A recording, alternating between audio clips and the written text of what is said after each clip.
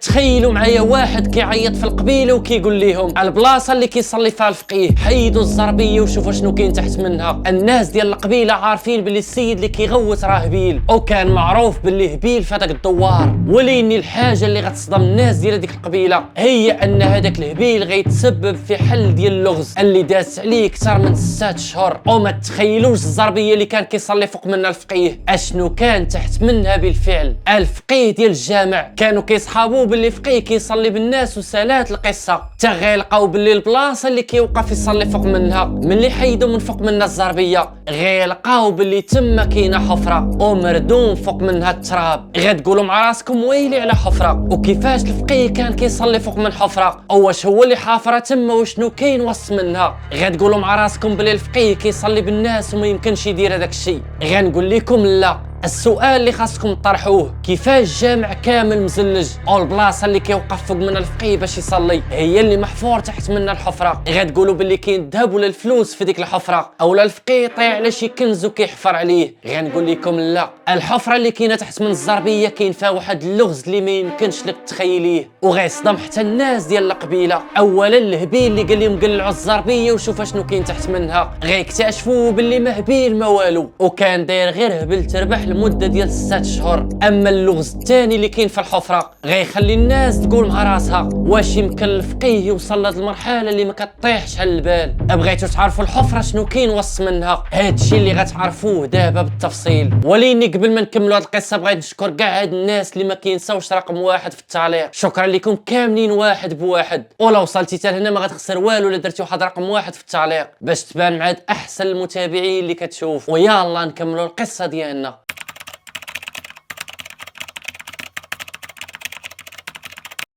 غنبداو القصه من النهار اللي جا فيه مصطفى الهبيل حدا الجامع وعيط على الفقيه وقال لي اليوم مع 8 ديال الليل غنتلاقاو حدا النخله اللي كاينه في جنب الشانطي. مصطفى ديك الساعه كان مازال بعقله لانه ما غادي يهبل حتى غيجي عندهم فقيه مع 8 ديال الليل حدا النخله البلاصه المعلومه اللي قال ليه. غتقولوا مع راسكم كيفاش مصطفى قال الفقيه يجي عندي مع 8 ديال الليل والفقيه ما دار حتى ردة فعل وغيمشي عندو بالفعل. غنقول لكم باللي مصطفى والفقيه كانوا مصاحبين من قبل وكيعرفوا بعضهم مزيان من قبل، يعني كانوا متفقين على البلاصه اللي غيتلاقاو فيها وشنو غاديين يديروا فيها. اولا نقدروا نقولوا باللي ما غاديين يتصاحبوا مزيان حتى غيكتشفوا النخله اللي غنهضروا عليها اليوم واللي غتبدا القصه ديالنا معاها. هاد النخله بالضبط القبيله كامله كانت كدور بيناتهم واحد الاشاعه واللي المفاد ديالها انه النخله اللي كاينه في جنب الطريق كاين فيها واحد الكنز، وماشي غير كنز وسالات القصه، لا كاين فيها كنز وكنز كبير بزاف. وكيقولوا باللي بزاف جاو بغاو يدوه من هذيك البلاصه وما قدروش.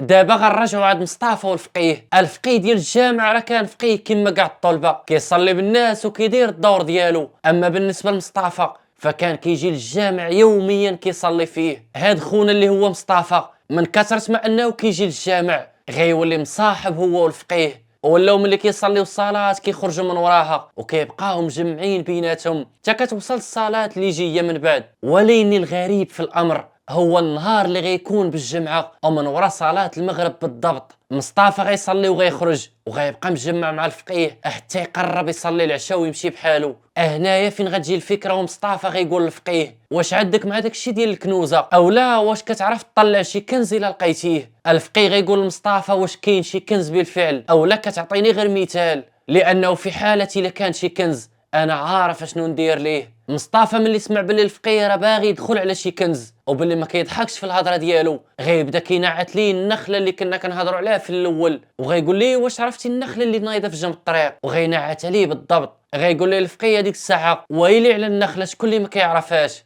قال لي مصطفى باللي تما كاين واحد الكنز وكنز اللي كبير بزاف. وليني بلاتي خاصكم تعرفوا باللي هاد مصطفى اللي هاضر دابا راه كان واحد الراجل محترم في هذيك القبيله والناس كاملين كيعرفوه باللي عطاه غير الصلاه والدين ويوميا كيمشي للجامع والهضره اللي كيقول راه ما كيضحكش فيها وما كيلعبش. اولا كما كنقولوا هاد مصطفى ما كانش غير كيخرف وانما كان عارف شنو كيقول. وهذا الشيء اللي كنقول لكم راه قبل ما غيهبل مصطفى وغيولي دايع غير في الزنقه. ولكن السؤال اللي غطرحوه مع راسكم هو كيفاش القبيله كامله عارفه باللي النخله اللي كاينه في جنب الطريق راه كاين حداها كنز والفقيه يلاه ساق الخبار. غنقول لكم باللي الفقيه اصلا ماشي ولد هذيك القبيله وغير جا جلس في هذاك الجامع. وبيني وبينكم كون غير ما عرفش هاد القضيه ديال الكنز ولا هاد الحاله اللي غيوصل ليها واللي ما يمكنش تصدقوها. المهم من بعد ما اتفق مصطفى والفقيه على انهم غيحفروا على الكنز وغيحاولوا يطلعوه، غتجي ديك الليله اللي مصطفى غيقول الفقيه بغيتك تجي عندي مع 8 ديال الليل. هذيك الليله بالضبط ما غيتلاقاوش حدا النخله، وانما غيتلاقاو في الدار ديال مصطفى اللي كانت قريبه من النخله. بقاو مجموعين هذيك الليله في الدار وكيفكروا وكيخططوا كيفاش غيطلعوا الكنز. وملي غتوصل الوحده ديال الليل بالضبط غيخرجوا بجوج وكانوا مستعدين، والفقيه غيبدا يدير في دوك الطلاسم ديالو. ما كانش كيقرا في القران بطريقه عاديه، وانما كان كيدير في دوك التعاويذ ديالو. واللحظه اللي بداو فيها الحفير مصطفى غيعيا وما غيقدرش يكمل وما غيقدرش يبقى يحفر مازال، ولان النخله كانت قريبه من الطريق كان خاصهم يزربوا ويحيدوا داكشي باش حتى واحد ما يدوز ويشوفهم. هي واخا كان الطريق كانت وسط من هذيك القبيله وقليل اللي كيدوز منها، وخصوصا في الليل. التعاويذ ديال الفقيه غيحبسوا من بعد ما قال لي مصطفى باللي ما نقدرش نكمل الحفير، ولان مصطفى اصلا ما موالفش بداك الشيء. الفقيه كان داير خدمه اخرى وهي انه كيقرا دوك الطلاسم ديالو. هذا الشيء اللي خلاه انه ما يقدرش يهبط يحفر، لان مصطفى ما غيعرفش يقرا دوك التعاويذ اللي كان كيدير الفقيه. هاد الشيء بالضبط اللي غيخلي مصطفى انه يطلع من الحفره، وكان مازال ما حفرش شي حفره كبيره. هذيك الساعه غيرجعوا يردموا داك شويه اللي حفر مصطفى وغيديروا فوق منه واحد الحطب وواحد العواد كانوا في جنب الطريق باش يقدروا يغبروا ديك الحفره. ملي صباح الصباح ديال النهار الثاني راكم عارفين مصطفى والفقيه غيتلاقاو باش يفكروا في شي حل، اللي هو انهم غيدبروا على شي واحد يولي يحفر معاهم. يعني غيولاو ثلاثه الناس مشروكين في هذا الكنز، وهذا الشيء الا طلعوه غيولي مصطفى والفقيه وعزيز اللي غيتزاد معاهم واللي غيحفر. هاد عزيز كان من الناس اللي ما عندهمش حرفه في هذاك الدوار، اولا بمعنى اخر كان صحيح وكيخدم فاش ما كان، وكان عنده مدي على هادشي ديال الحفير. وما اختاروهش مصطفى والفقيه غير هكاك، وانما كانوا كيعرفوه باللي صحيح وما كيعياش وعندهم هادشي ديال الحفير. غيعيطوا عليه في واحد الليله وغيتفقوا معاه وقالوا ليه عزيز حنا عارفينك كضرب تماره وكتخدم مزيان وما كتعياش، وبغيناك تقضي معنا واحد الغرض. عزيز ملي شاف الفقيه وجالس معاه مصطفى وبجوجهم كانوا ما كيفلتوش الصلاه في الوقت ديالها، يعني كان كيحترمهم، غيقول لهم مرحبا نقضي معكم اي غرض بغيتوه، لان السيد كانت عنده غير نيه وكيعرف غير يخدم. وما متوقعش باللي الفقيه غيقول لي هذاك الشيء. غيتدخل مصطفى وغيقول لعزيز باللي بغيناك تخدم معانا واحد الليله وغنهنيوك من هذا الفقر اللي كتعيش فيه حياتك كامله. عزيز هذيك الساعه غيبدا كيدخلوا الشك، ويلي كيفاش ليله وحده غتهنيني من هذا العذاب كامل اللي كنضرب؟ راه ما يمكنش. قال لي مصطفى غنجيوك من الاخر، انا والفقيه راه باغيين نطلعوا هذا الكنز وغتشرك معانا حتى انت فيه، وانت راك عارف الكنز فين كاين. غيقول لي مع عزيز ياك من النخله اللي كاينه في جنب الطريق. قال لي الفقيه هي هذيك. هنا يا عزيز ملي عرفهم باللي كيهضروا على النخله غيبدا كيرجع مارشاريان وغيقول لهم ما متفقش معاكم في هذا الشيء. غتقولوا مع راسكم علاش عزيز غيضيع هاد الفرصه اللي جاتو وما غيبغيش يحفر معاهم؟ راه ما يمكنش. غنقول لكم باللي هو ماشي ما بغاش يحفر اولا ما بغاش يطلع معاهم الكنز، وانما كان عارف وسامع الاشاعات اللي كيدوروا على ديك النخله، او باللي الكنز اللي حداها راه محمي وحتى واحد ما يقدر يجبدو. وعاد زيد بزاف ديال الاساطير اللي كانت كدور في هذيك القبيله على ديك النخله، او باللي اللي حاول يقرب ولا يطلع هذاك الكنز كتوقع ليه شي حاجه. هادشي بالضبط اللي خلى عزيز انه ما يقربش منه وما يمشيش يحفر معاهم. ولكن هو ما قبلش غير في الاول، اما ملي بدا كيقنع فيه الفقيه وقال لي باللي راه حنا اصلا مشينا لذاك الكنز وبدينا كنحفروا عليه وكنا غنطلعوه، غير مصطفى ما بقاش قادر يحفر، عيا وهادشي علاش اجلناه وهادشي علاش عيطنا عليك حتى باش تعاوننا. ونزيد اكثر من هادشي كامل، هذيك البلاصه راه كاين فيها كنز كبير وكبير بزاف، ولا مشينا تطلعناه من تما راه باي باي الفقر. وهنايا الطمع غيبدا كيدخل مع عزيز، وتخيلوا معايا غيرجع ديك الليله للدار ديالو وغيقول مع راسو باللي موت وحده اللي كاينه وهاد الفرصه اللي تعطاتني ما خاصنيش نضيعها. في الغد لي غيتفق مع الفقيه بالفعل وقال لي ملي تبغيو تمشيو علموني، ولكن بشرط. قال لي الفقيه اشنا هو هاد الشرط ديالك؟ قال لي عزيز انا غندي النص ديال الكنز وانت مصطفى غتقسموا النص اللي باقي. الفقيه غيبدا كيخمم، ويلي على دي النص راه ما يمكنش. قال لي عزيز لا كان ما يمكنش راه تا انا ما يمكنش ليا نحفر معاكم ونزيدكم كثر من هادشي كامل. الا ما حفرتش وديت معاكم الكنز ما غنخليكمش تطلعوه وما غنحفرش معاكم عليه. هنايا بدا الانتقال من التفكير في الكنز التفكير في حوايج اخرين.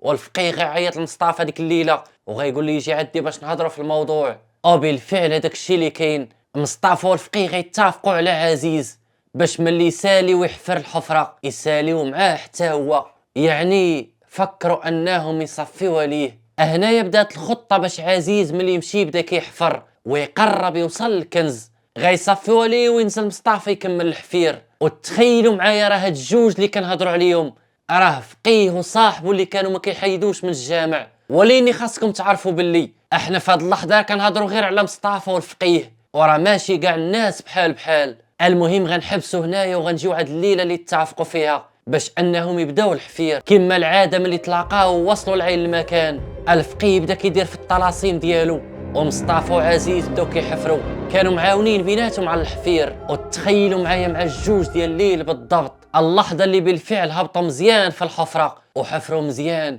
غيقول لهم الفقيه غير حبسوا طلعوا بحالكم وما غنكملوش هاد الليله حتى الغدا عاد غنكملوا الحفير.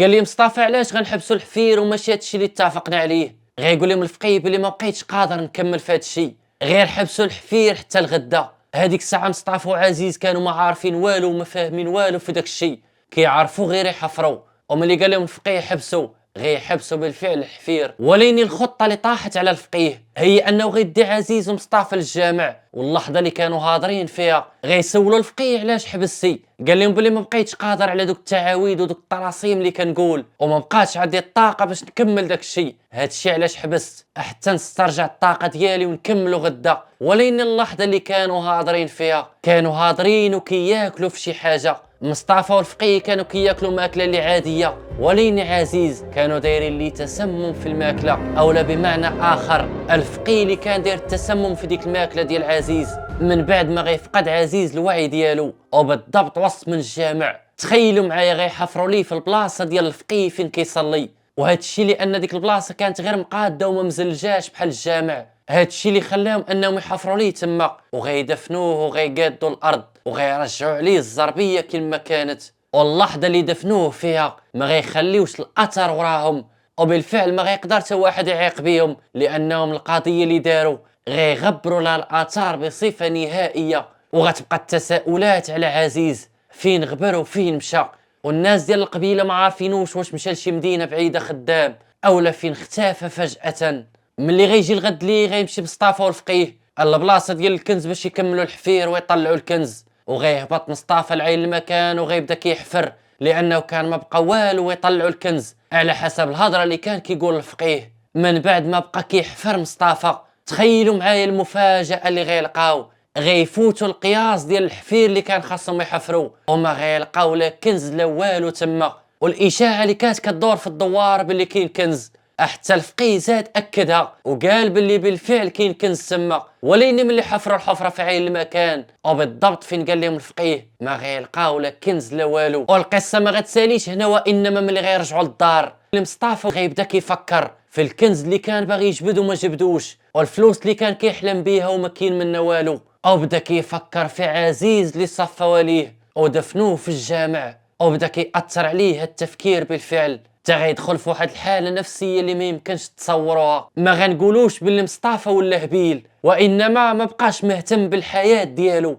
وما بقاش مسوق شنو كيدير او ولا حوايجو كاملين اللي لابس مقطعين وغير ضيع متشرد في الزنقه. وفي بعض الاحيان كان ولا كيهضر غير بوحدو. من بعد ما غدوز 6 شهور بالضبط مصطفى اللي كيقولوا عليه الهبيل في القبيله غيبدا كيغوت وكيقول لهم الزربيه اللي كيصلي فوق منها الفقيه قلبوها وشوفوا شنو كاين تحت منها. وهنايا فين غيكشفوا الحقيقه من بعد ما غيلبي واحد من الناس ديال ديك القبيله الطلب ديال مصطفى الهبيل وغيمشي بالفعل للزربيه اللي كيصلي فوق منها الفقيه وغيقعد يشوف اش كاين تحت منها وغيلقى بالفعل اثار ديال الحفير وغيلقى بلي ديك البلاصه مختلفه على البقيه ديال الجامع، يعني راه كان شي واحد كيحفر تما. وهنايا فين غيبداو كيطرحوا بزاف ديال التساؤلات علاش هذيك البلاصه مختلفه على الجامع وشنو كان كاين تما. وهنايا فين غتبان الحقيقه من بعد ما غيعنوا على الاختفاء ديال الفقيه اولا الهروب ديال الفقيه غيختفي من هذيك القبيله وما غيعرفوش فين مشى.